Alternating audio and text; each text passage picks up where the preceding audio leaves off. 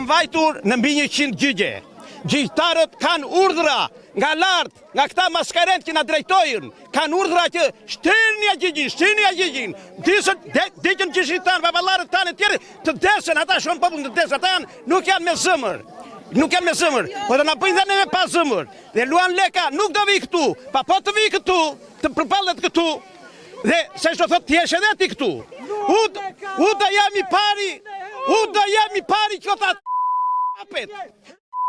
Luan Lekën, pa marri mua. Dhe u sot të t'ja një gjithë si gazetar. Që je këtu. U ati e kam problem dhe e ka varur me karta. O di se më këshi.